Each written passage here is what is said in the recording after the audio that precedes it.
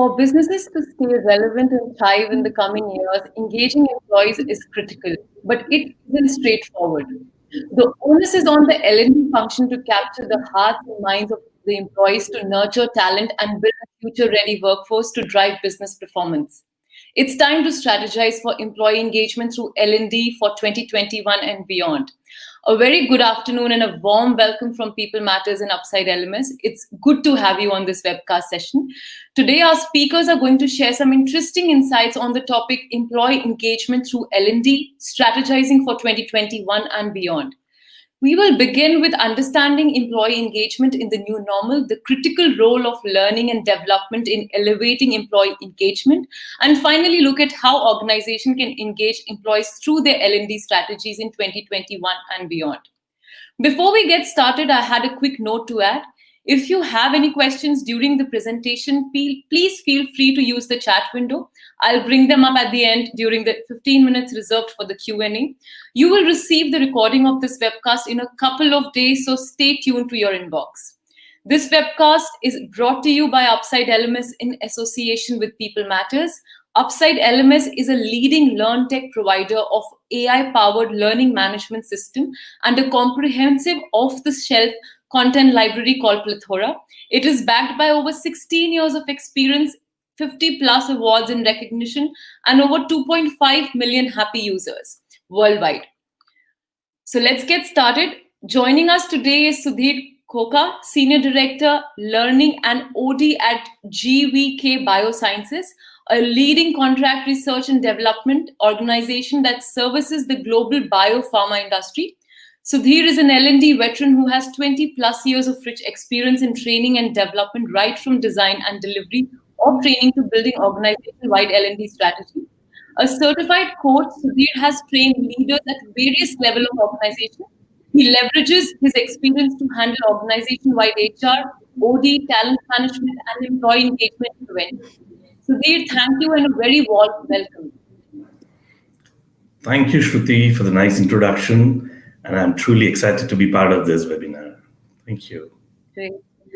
Also joining us today is Amit Gautam, founder and CEO of UpsideLMS. Amit is a learning technology enthusiast and a passionate leader.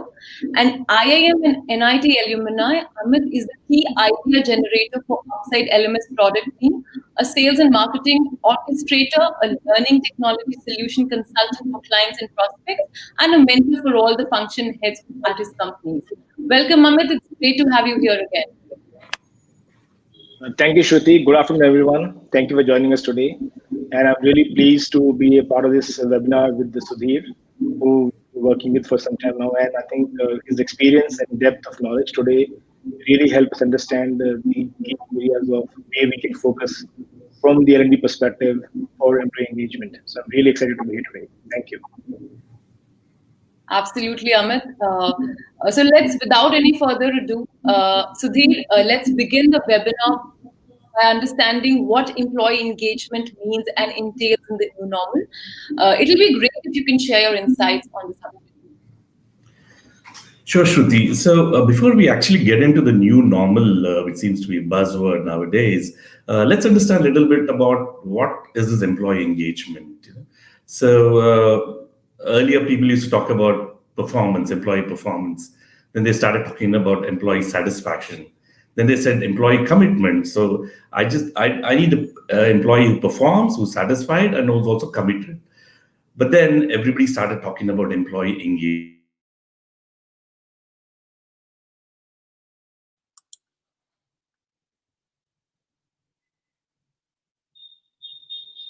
I think there's some network lag from Sudhir's side.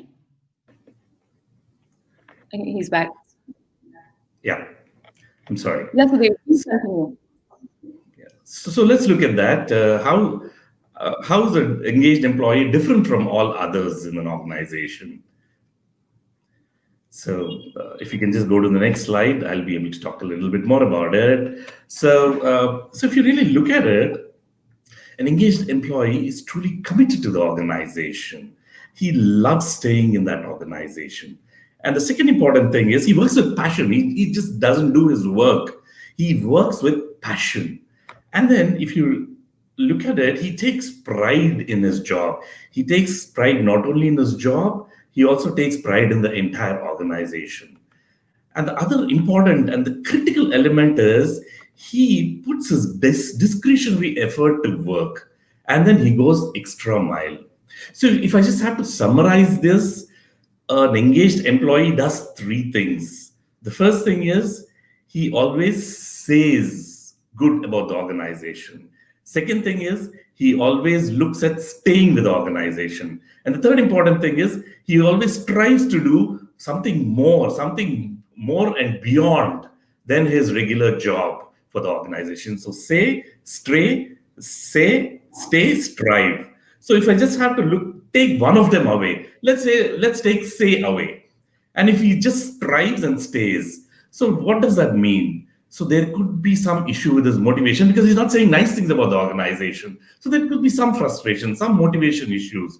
And sometimes at an extreme level, these people can also become toxic to the organization. So let's take away strive. Then he's staying and he's saying. So what does that mean? He's just working. So he's within his comfort zone. He's doing what he needs to do and nothing beyond.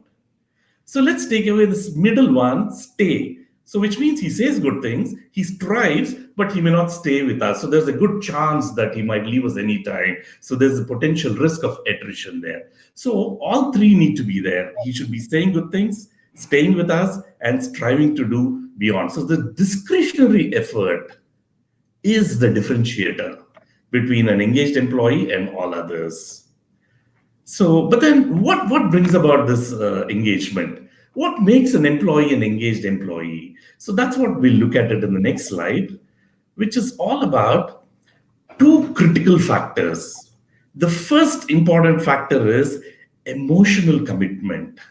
That means I love this organization. I like staying in this organization. I'm comfortable working in this organization. I like the team. I like my manager. I like the environment. I like the entire brand. I like the overall organization. I love staying here. Maybe it's also very trivial, very small. We think it's small, but very, very important for many of us is it could be the location. So all these things. So if you can just go back to Herzberg's theory or two-factor theory, all the hygiene factors also play a very, very important role in bringing about this emotional commitment. But that is not enough. That doesn't suffice. What is also important is the rational commitment. That means I love working here. And also, if I stay in this organization, it's going to be beneficial for me. So this is where all the motivating factors, whether it could be learning, growth, recognition, compensation, challenging assignments, learning technology, on-site opportunities, all this comes into play. So that means if I have to be engaged, number one, I should like this organization. Second thing is I should also feel that if I stay in this organization, it's going to do good for me. Please note, these two slides, these two are very, very rudimentary for employee engagement, very, very critical to employee engagement. Whatever is the context, whatever is the situation, whatever kind of disruption that happens, these two are constant. It is just that how we do this, that is where is a difference. So why, how do we do it differently? I think we will see as we progress. So, and also the other important thing is the entire journey starts much before an employee joins us. So if you really look at it, we actually are sowing the seeds of engagement even before this employee joins us. The kind of experience we give in the interviews, the kind of HR interaction that happens, or the kind of documentation, all that. So even before he steps into the organization, we are actually trying to capture him. And then him or her. And this happens throughout the employee life cycle. Right from onboarding till his exit, all the practices, policies, processes, procedures, everything we do has to give a positive employee experience. So at GVK Bio, we follow a very, very important critical theme, process to experience. So any process, we think that it should give a positive employee experience. So there's a great focus around this in the organization. So with this, as these three are rudimentary, these three are foundation, fundamental to employee engagement. But then how we do this is changing because of the changing paradigm. because the way focus is moving from one to another. So if you really look at this, the focus is moving from controlling to coping. There are a lot of things which are now out of our control. So what do we have to do? We have to start adapting to it. We have to start coping. So the entire coping skills have now become very, very important. Earlier, they used to be all touched, they used to be physically present, but now it's all moving into technology, whether it's meetings, learning, celebrating, connecting, everything is now collaborating, everything is moving to technology, touch to technology. The other thing is, now it's not just performance, it's not enough if you just perform. The focus is on going extra mile. And the next thing is from work life balance, there is so much of integration happening. So the focus should be how do I bring about this work life synergy so that I can produce, I can become more productive, I can deliver more, I can be more effective, I can be more efficient. So that how do I bring about this entire synergy becomes very, very important. And lastly, from sense of belonging, there is tremendous amount of focus on sense of well-being, whether it is physical, psychological, mental, financial, whatever. But the focus, there's a tremendous amount of focus that has moved on to wellness and employee well-being. So with this becoming more of new normal, these kind of challenges, the biggest challenge which we are facing is not just the leadership. How do we engage the large workforce whose professional life revolves largely around the manager and deliverables? So you have a huge, huge workforce sitting there whose main focus area is manager. How's my manager? Am I meeting my deliverables? So how do we engage these people becomes biggest challenge during these times. And this is where we feel that learning and development can play a very, very critical role. Indeed, very beautifully summarized from defining an engaged employee to bringing about that state of engagement, and then those interesting pointers on changing paradigm. Absolutely. Amit, what are your views on employee engagement in the new normal? I definitely loved a few points which Sudhir mentioned, especially the emotional connect, which is a big part of employee engagement. And I think the biggest change in today's context is the touch to technology, which is in fact the underlying factor, which is now bringing us to the point where you have to question how do you engage the employees in this new context, because that is one thing which has really, really changed the way we work. And I think the third thing that he mentioned about the say, stay, and strive. I think these three components definitely define the how you perceive the level of engagement of an employee. And if you look at this in the context of the key components of the employee engagement, so just to add to what Sudhir mentioned, I think validation for an employee about the kind of work they do. So if I am doing something, I always need some kind of validation either from my manager or from my peers or from my company that yes, I'm on the right track. What I'm doing is what is required. So some kind of validation is always required, by not just employees at any level, but across the company. And I think once they have been doing the work they are assigned to, or they are doing it, it could be even the work they've done, extra or beyond their call of duty. They would need a level of recognition what they have been doing. So either it could be you would know, like a lot of companies, in fact all companies have programs to appreciate and recognize people doing extra work, good work, better work, something different from the normal. And so that recognition is a huge component of employee engagement. And the third thing is feedback, because unless we are receiving feedback on a very constant basis, we are unable to improve. And if we don't improve, our next validation will not be at the level it was earlier, and we might feel either demotivated or as one of the components says, say, stray, or strive will get affected in a negative manner. So these three components of the engagement: validation, recognition, and feedback, they have now become, in the new context, they are under a lot of scrutiny, because how do we do these things with the same level and intent we used to do when it is all technology now? Interactions are more digital. We don't even meet people, and this missing human or in-person factor this is a huge challenge we are facing right now, and a very, very big gap to fill and even compensate for. Because simple acts we used to do in our companies, they are now not happening, giving rise to the challenges. So for example, if in our company we have recognition program, we would display names of the people on a common display area, and that small act itself, is a huge factor for employees, because they can see their name displayed for everybody else to see with the work they've done. Now, that is what is not happening on a very daily basis now. So this transformation from touch to technology is also affecting how employees are receiving the validation, the recognition, and the feedback they were used to. And even though the context has changed, the employee expectations have not changed. They still need these three things. They still want recognition and feedback at a very, in fact, it may have increased now, because the lack of human or in-person factor might be making them more apprehensive, more nervous, more anxious about what is really happening. So if we don't interact with them at a higher level, it is going to become a challenge, if not now, in near future. See, till some point in time, everybody is aware that we are faced with a situation we have no control on. So people will understand and empathize with organizations' challenges also. But I think after some time, as Sudhir mentioned, we also have to look at the rational part. So I have to, as an employee, keep looking at, okay, what is in it for me? And if I start feeling the disconnect with the company, my rational commitment also might be affected. My emotional commitment may still be high, but rationally I might start feeling little disengaged, and that may not be the right thing to happen.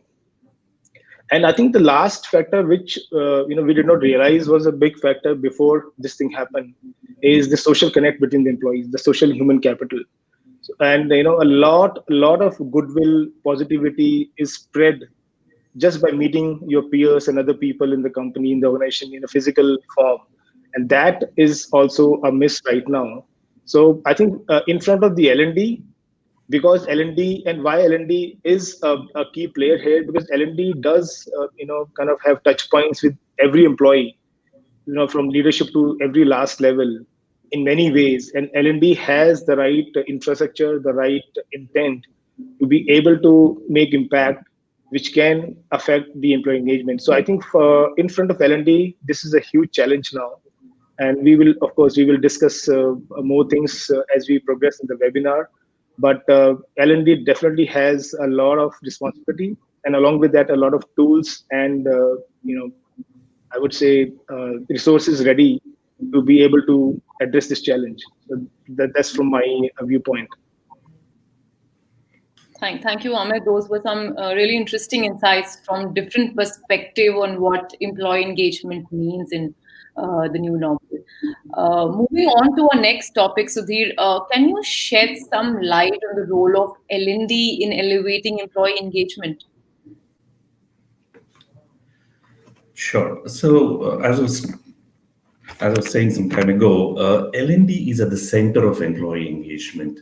It is at the core of employee engagement. And I would say it's one of the key drivers of employee engagement.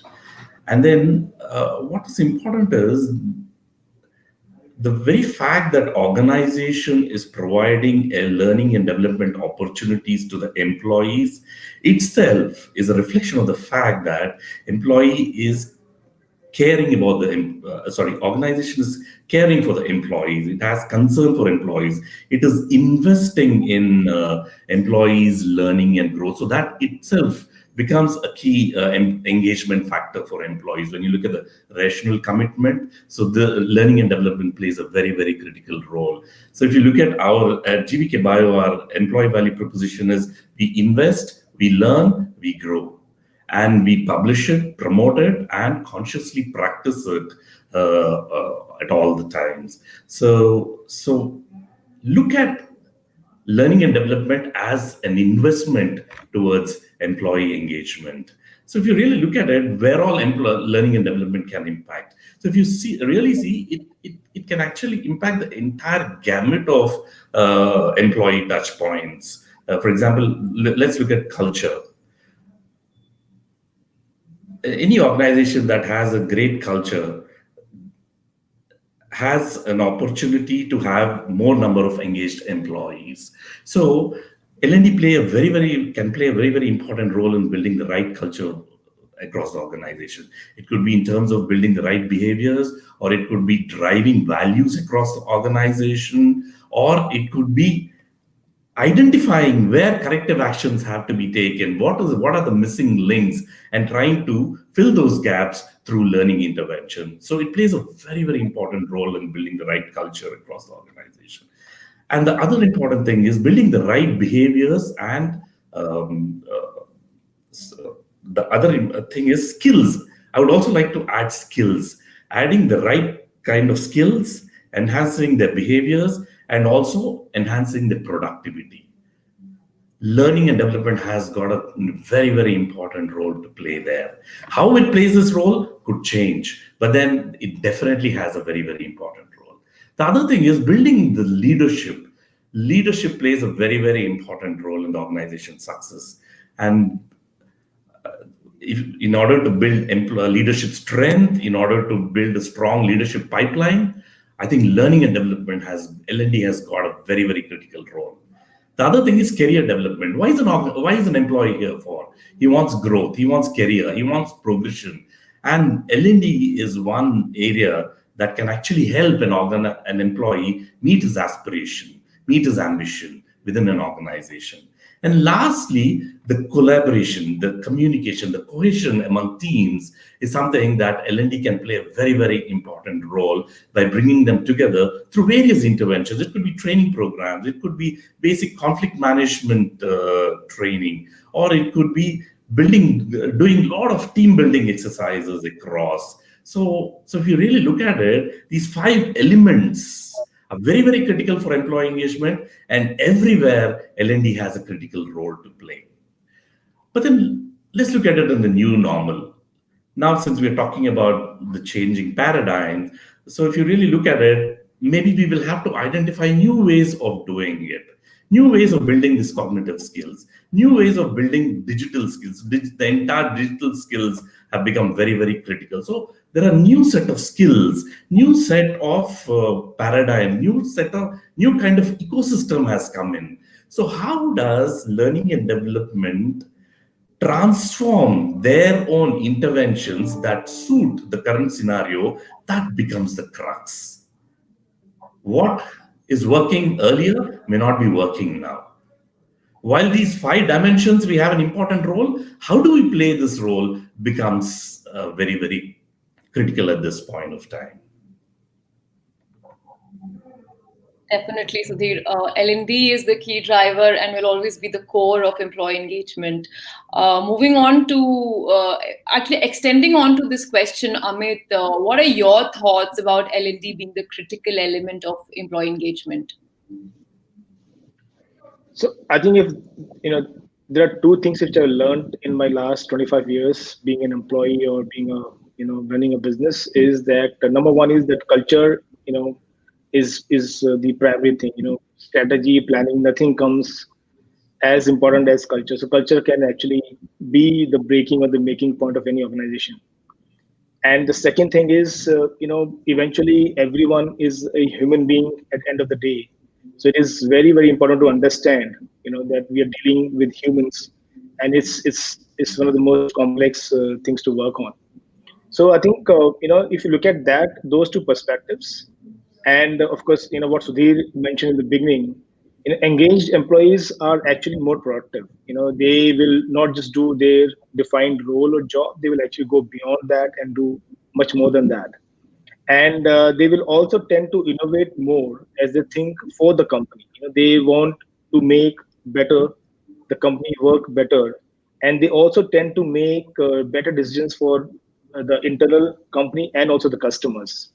This paradigm shift, which is happening for the last almost a year now, it has given new challenges to the entire organization, and the impact of this is that we all have to now unlearn a lot of things which we are used to doing, and we have to learn new things in a very short span of time.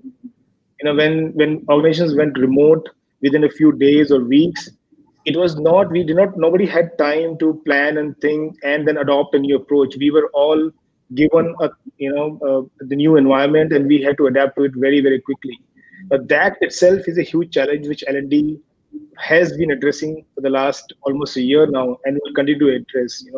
Coming back to the technology point, that the change from touch to technology, that is a huge challenge which we are now facing, because the digital transformation which is happening across all the functions and teams, and very rapidly, it is also now creating new skill gaps, and not just anxiety and nervousness, but skill gaps.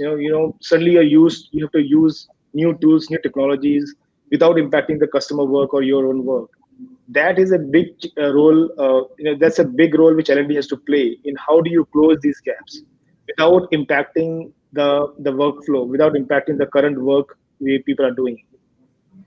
And I think in terms of for the long term perspective, see, L&D plays a huge role in how an employee perceives their growth in the company, in today, in near future, and long term. A sense of growth is very, very important for employees to feel engaged. And that goes back to the rational commitment which Sudhir mentioned, where, do I feel I can grow here? Do I feel I'm growing here as an employee? Does the company care for me, care for my professional growth? And of course, when it comes to growth, when it comes to learning new skills, L&D is the cornerstone of how that will happen. L&D can bring about those changes. And I think what has to happen in the new normal or the new context is that the L&D has to start designing programs which not only looks at filling the skill gaps, but they're also mindful of the new environment people are in. Like if you go back to one of the points Sudhir mentioned, work-life synergy, and it's a big change for everyone. So we have to now design programs which are a part of the workflow. They are not something extra or additional to what we already are doing. I'm sure employees across the country, across the companies, they're already stretched. There are a lot of studies which say that we are actually now ending up work more in a day than we used to when we were in office, which means it is already a lot of demand and pressure on the employees. So L&D has to play that role where, while imparting the new skills, helping them grow professionally and personally, have to also design all of those interactions in a way that they do not demand more time or energy from the employee. They are embedded in the learning, in the workflow of the employees. So I think if, of course, L&D is at the core of this, and by doing all of this effectively, we can also make sure that the employee perceives and feels about the company in a very positive manner, and that also creates more leaders, because people who can innovate more, they can think positively, they can think for the company. That will also give us a better pool of budding leaders in the time to come. So I think L&D plays a very, very big role, and I would agree with Sudhir. It's central to the employee engagement, because it touches all the points which make people feel respected, recognized, and also help them grow in their role in their career. So that is my take for this. Totally agree with you, Amit. The sense of growth is very important for employees, and L&D comes at the core of this. That brings me to our last questions before we open the audience questions. Sudhir, this question is for you. How can organization engage employees through their L&D strategies in 2021 and beyond? And can you share some interesting insights on this? Yeah, Shruti. So if you really look at it, we started with what is employee engagement, and then we said there are two kinds of commitment: rational and emotional. And then we've also seen that L&D can play a very, very important role in all the five dimensions that impact employee engagement. But what is different is how do we do it? Because the needs are changing. There's a major paradigm shift in the entire ecosystem. So how we do it? There's going to be a major change in the way we do it. While there are a lot of new skills or enhanced skills or changed skills that have come into fore, we have to address them. But how do we do it? What would be those 2, 3 focus areas for L&D Let me just quickly touch upon those. The first one is, how do we leverage technology? There's a huge digital transformation that is happening across. So how do we leverage technology? But what is very, very important is technology is an enabler. It is not an end in itself. It is not that I want to use technology, so let me use it. No, there has to be clear objective, and we have to, as part of a strategy, we should understand where would technology help us in meeting this objective. So let's be very, very clear about that, because we get a lot of ideas. Let's use this. Let's adopt this technology. But I think the focus should be on the final objective. However, I think in this entire journey of digital transformation, we are coming across wonderful innovations, different kinds of doing things. But I think what is very, very important is having a very good learning management system. Earlier, maybe it used to be good to have for a lot of organizations, but I think now it is almost like a must-have. If they want to drive L&D, if they want to focus on L&D, I think having a good LMS in place becomes very, very important, learning management system. Of course, there are a lot of other opportunities or different ways, methodologies, modes, or channels. We have got very, very interesting technologies, like we have LXP, we have Mobisodes, we have virtual reality. So all this, earlier it used to be more as part of our discussions. One day we should have it, but I think now it's like the time has come now. We should start adopting some of these advanced technologies now. So how do I leverage technology becomes very, very critical. I was also going through one of the questions, which is asking me, how do I give the human touch? So I think as we go forward, as we start settling down into new normal, I think there would be a blended approach. A lot of dependence on the technology, however, with a personal touch. It could happen in virtual mode using something like Microsoft Teams or a platform like this. So I think there would be a blended approach that will play a very important role. So how do we leverage technology is the first important element as part of our strategy. The second important thing is learning methodology. Doing those 8 hours training, 2 days, 5 days, that's all passé. And if you're actually doing it on using technology, I think after about a couple of hours, the fatigue starts setting in, and the employee and the participant will start getting disengaged. So that means the entire capsule, of the program, that has to be short. So that's why we're talking about nano learning or micro learning or small capsules, small modules, 1 to 2 hours, nuggets. These kind of learning becomes very, very important. So it will be phased in small nuggets, in small doses. So it will not be those full-fledged long hours of training. I think the entire learning methodology would change.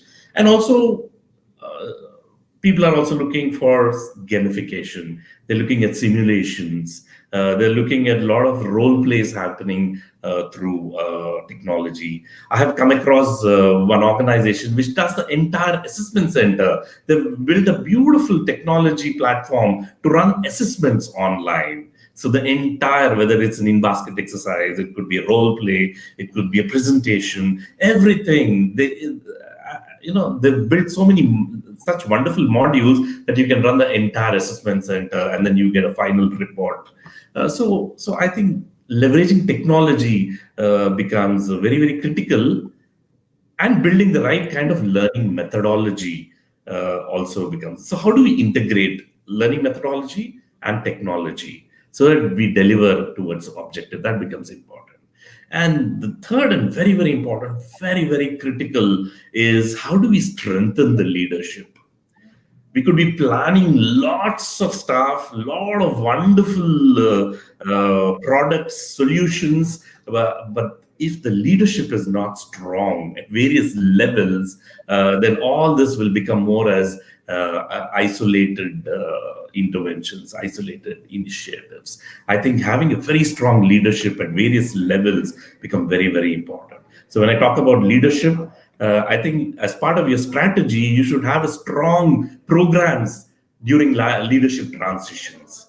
You should have a strong program to assimilate new leaders that come into the organization.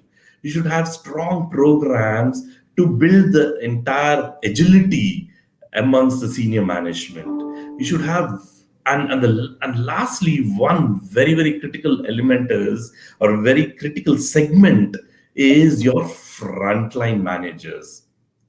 We could have wonderful theories, paradigms, practices, all that. But as I was talking about the large chunk of all participants who are at a maybe at a doer kind of a level, I think these people look at the organization only through their manager and through deliverables. So strengthening this entire segment becomes very critical to ensure employee engagement. So that means there should be a very robust program to build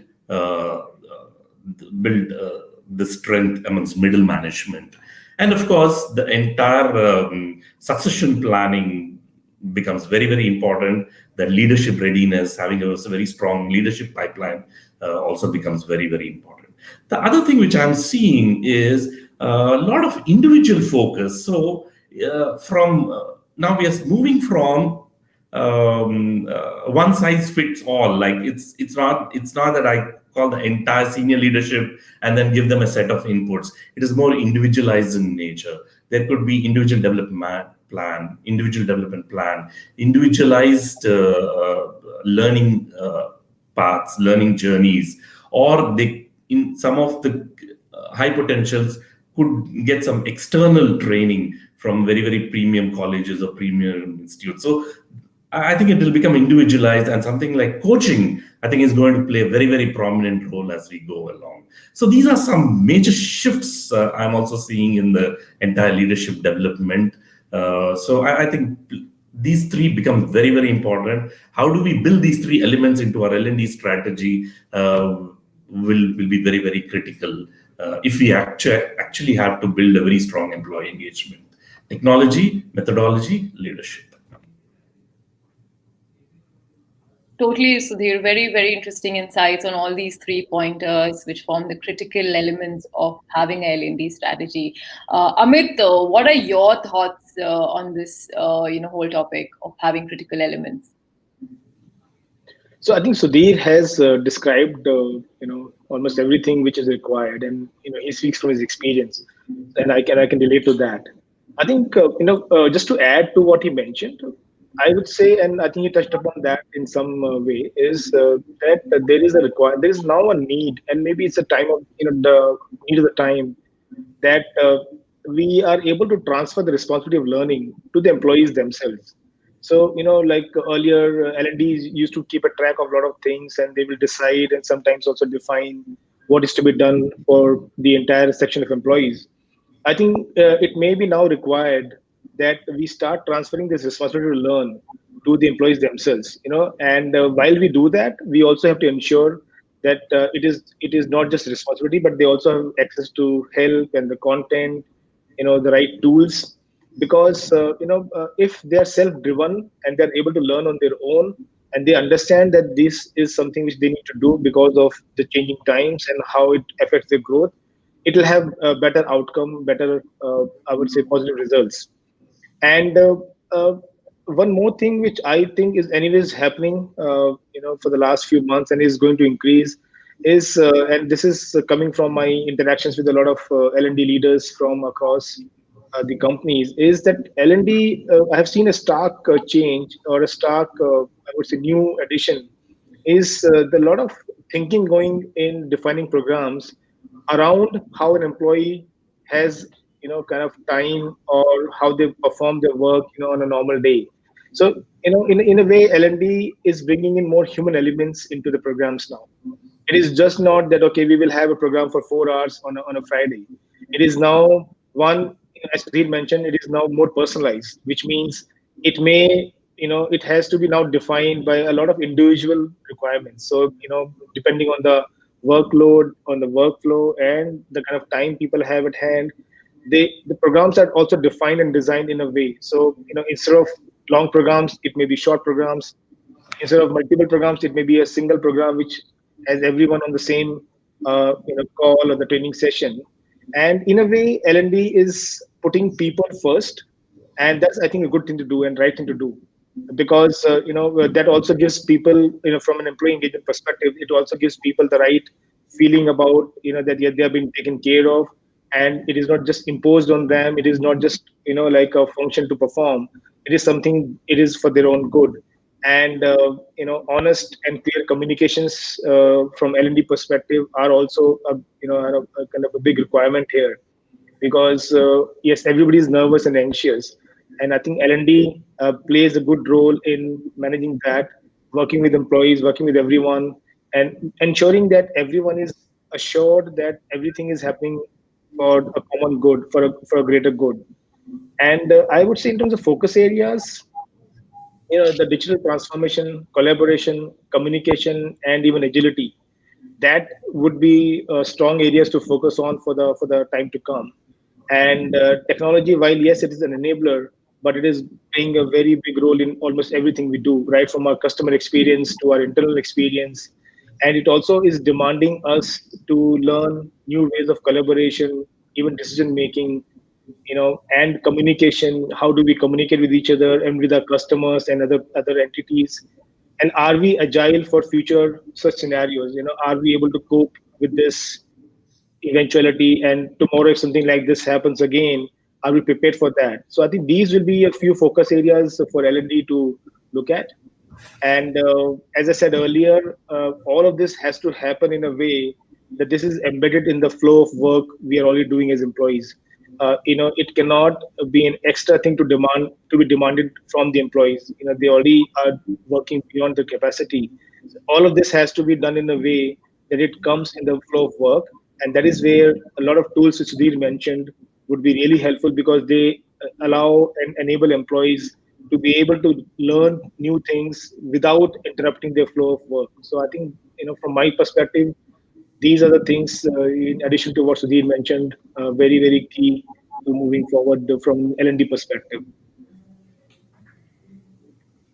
Very, very interesting insights, Amit. Having human elements, having individual requirements taken care of, putting people first, and then those interesting insights on the key focus areas. Absolutely agree with you.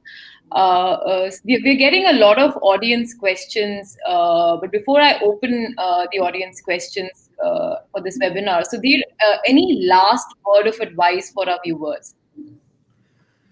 Shruti,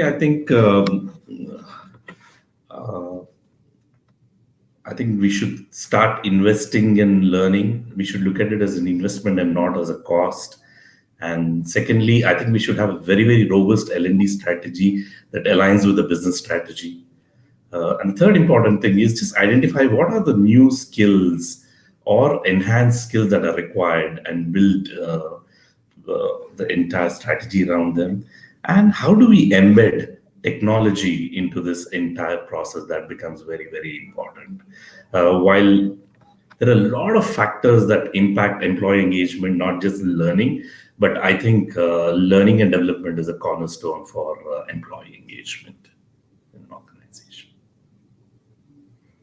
Very, very well said, Sudhir. Amit, would you like to summarize and share some actionable takeaways for our audience as well?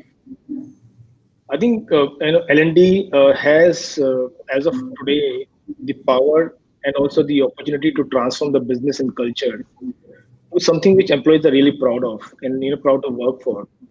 And it would be important that employees are able to believe that while future may be uncertain, but it also belongs to companies who are able to ride this challenge with the full workforce behind them.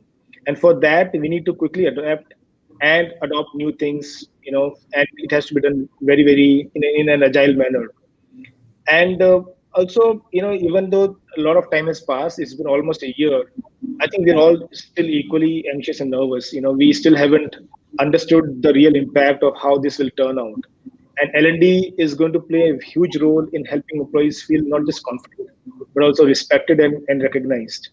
And I think, as Sudhir mentioned, the investment it is an investment now, and it needs to be looked at as an investment because it has that impact on learning culture of the company, and that is going to also help companies grow in this new normal. So putting employees' growth, professional, personal, their health, their well-being would be a key priority area for L&D and also for the organizations, not just this year, but also beyond this year. Absolutely, Amit. Thank you, Sudhir and Amit, for those great insights. I can see a lot of audience questions coming, so let me just open the questions for our audience.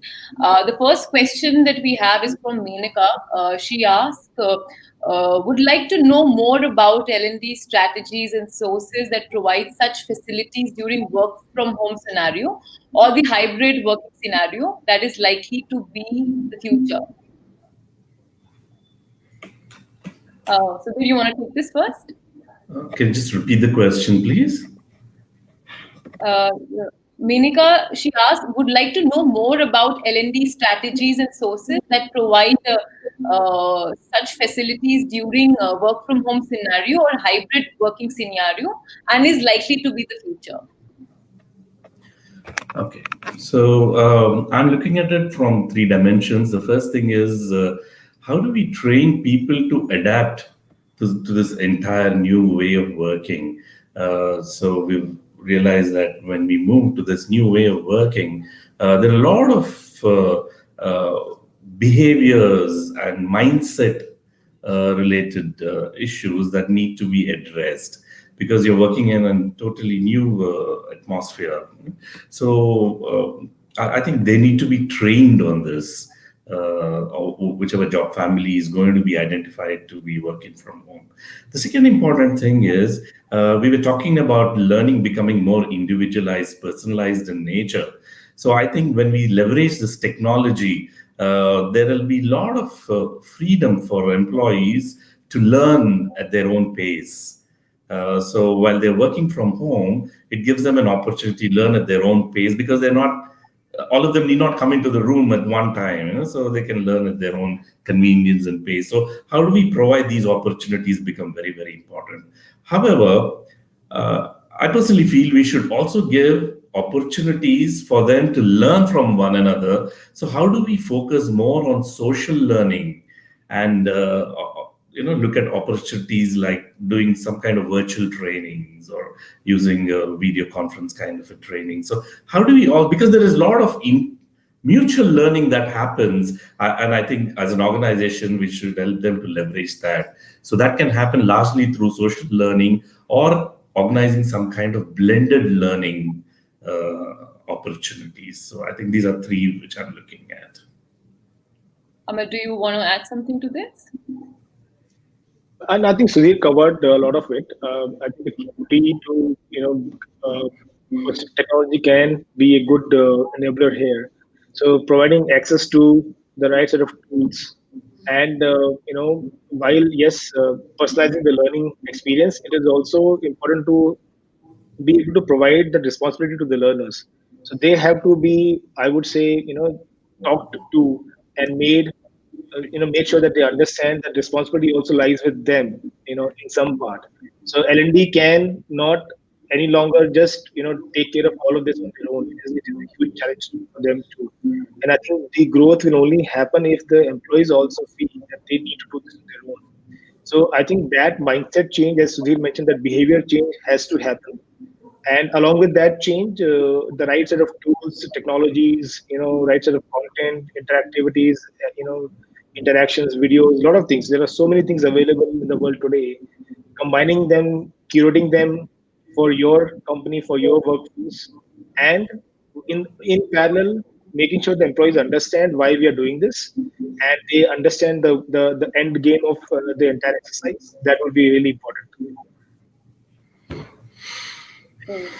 Okay, moving on to our next question. Anu has two questions in one question. The first part, she's asking what contribution leadership can make in contributing to the employee engagement strategy. And the second part is what are the types of L&D trainings that have been more effective in the work from home scenario? Sudhir, would you like to answer this? So I think in terms of second question, we sort of addressed that in the earlier question itself. It's just the first question about leadership. Let me tell you, they have to champion the employee engagement. They have to own the employee engagement. Because the moment they own it, a lot of other things will fall in place, and it sort of gets embedded into the organization's strategy. Otherwise, there'll be isolated incidents. Okay, I have to do something, so I have to have a recognition. I have to have one training program. I have to organize some bonding. So they'll become all isolated events or interventions. Only when the leadership owns it and champions it, the entire employee engagement gets integrated with the business strategy and organization strategy. So I think they play a very, very critical role there. Amit, do you have something to add here as well? I think just that leadership, they have to also be able to show in a genuine manner that this has affected them in the same way as anybody else. As I said in the beginning, everybody in the end is a human being, and the leadership has to. While yes, we have to project a strength that we have this in control. We also have to empathize with everyone in the same light. They have to understand that we're all in the same boat. Leadership is not in a different boat and they have a different situation. I think, so championing, as you said, championing the engagement strategy right from the core of it is definitely what leadership has to do, needs to do. They cannot escape that fact. And while doing that, it will only kind of make people more assured about their place in the company.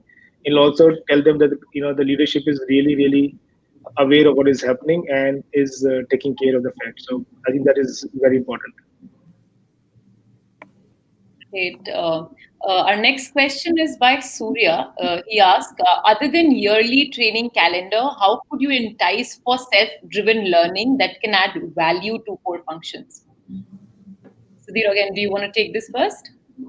I'm sorry, can you just repeat that? So he's asking, other than yearly training calendar, what could entice for self-driven training that can, add value to the core function? Like he's basically asking about how you can drive the learning yourself. Okay.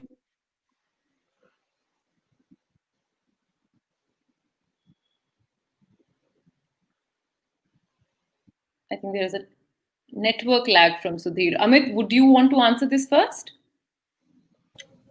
Okay, I'm Sure. sorry. So there Sorry. is one which is about, yeah. No, I think Sudhir, go Sudhir ahead. is back. Shruti. Do you want to answer that So question? yeah, one thing is about calendars, but what is very, very important is how do we align our L&D programs with what business needs?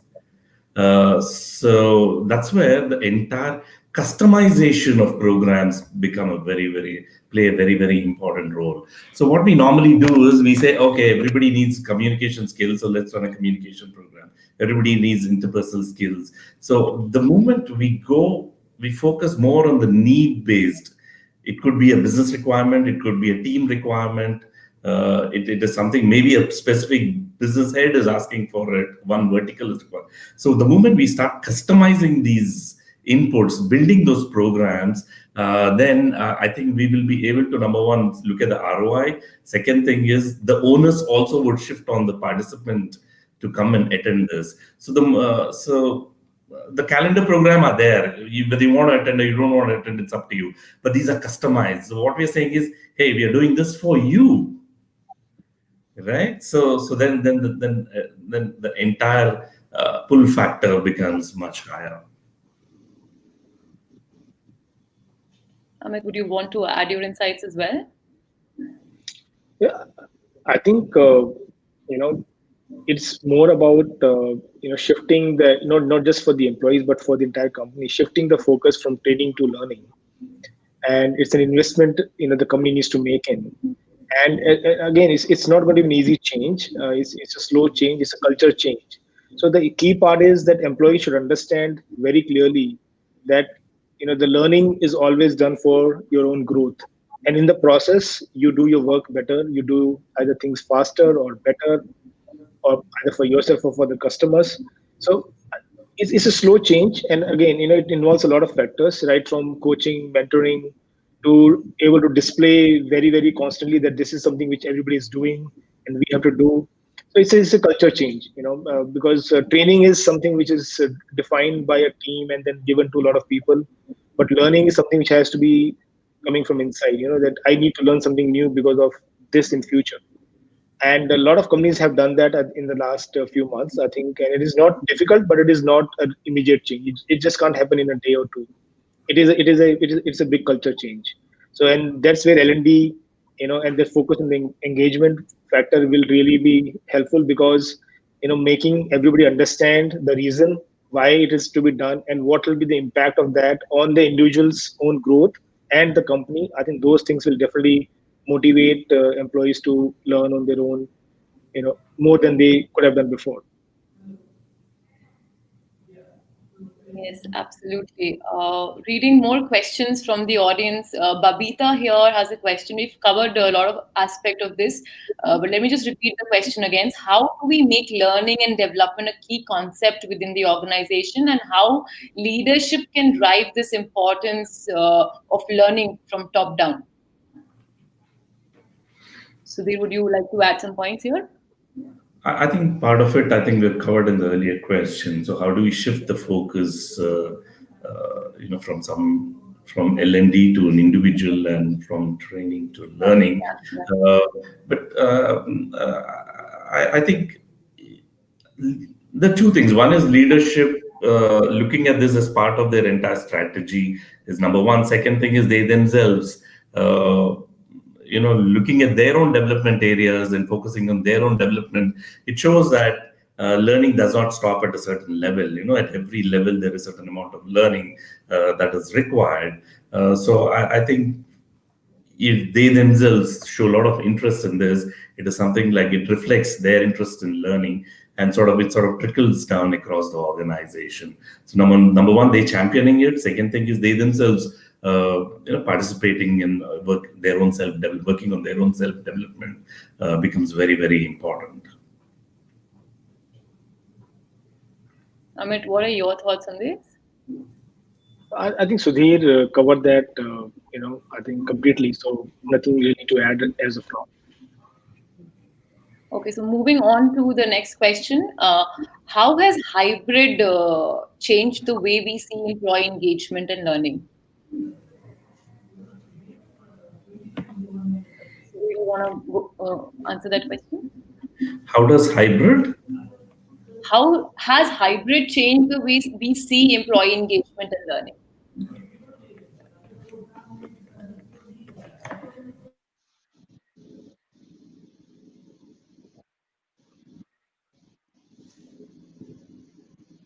I think there is a network lag again happening from Sudhir's end. I So think I I'll will take it. be on that So question.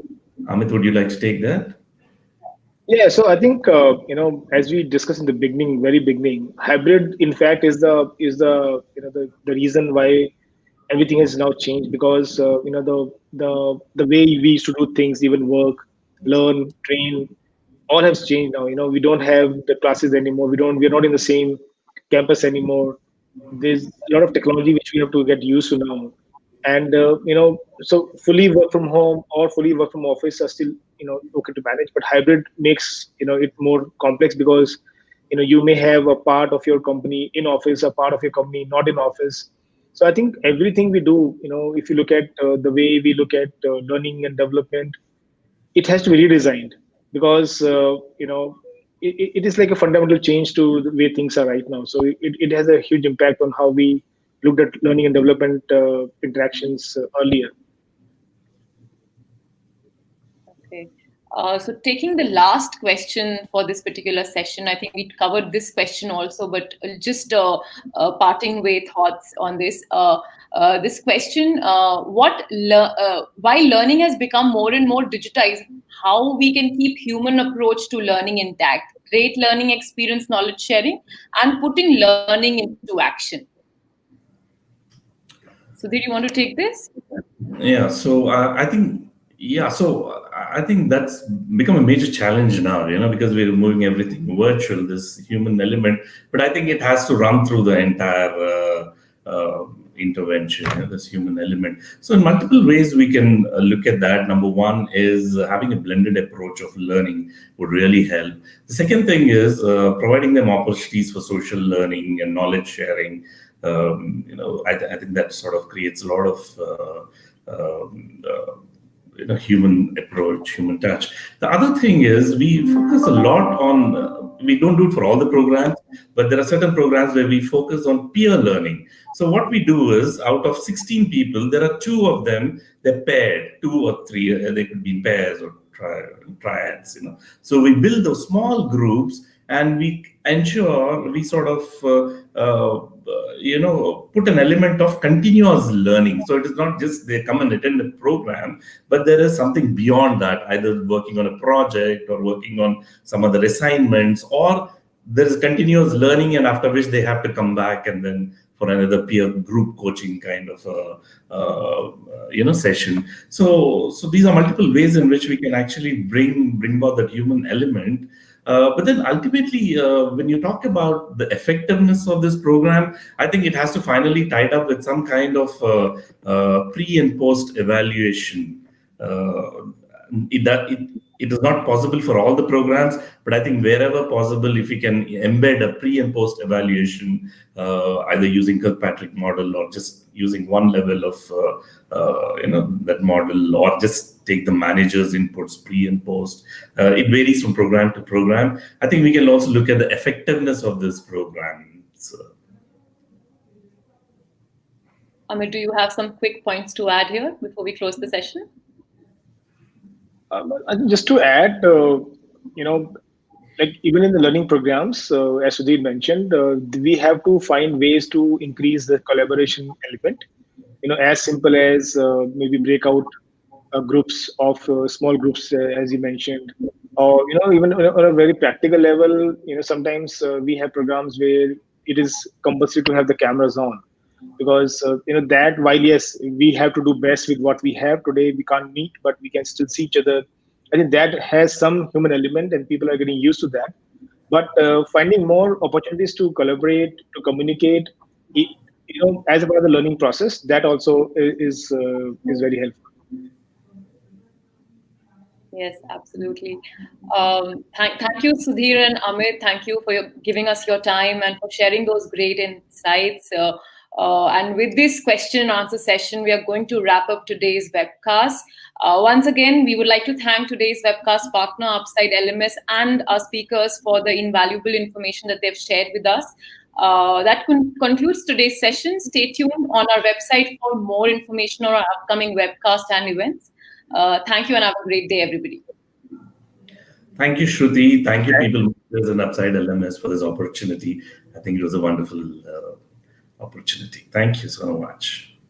Thank you, Sudhir. Thank you, Shruti. Thank you, everyone, for being with us today. I hope it was a good one for all of you. Thank you.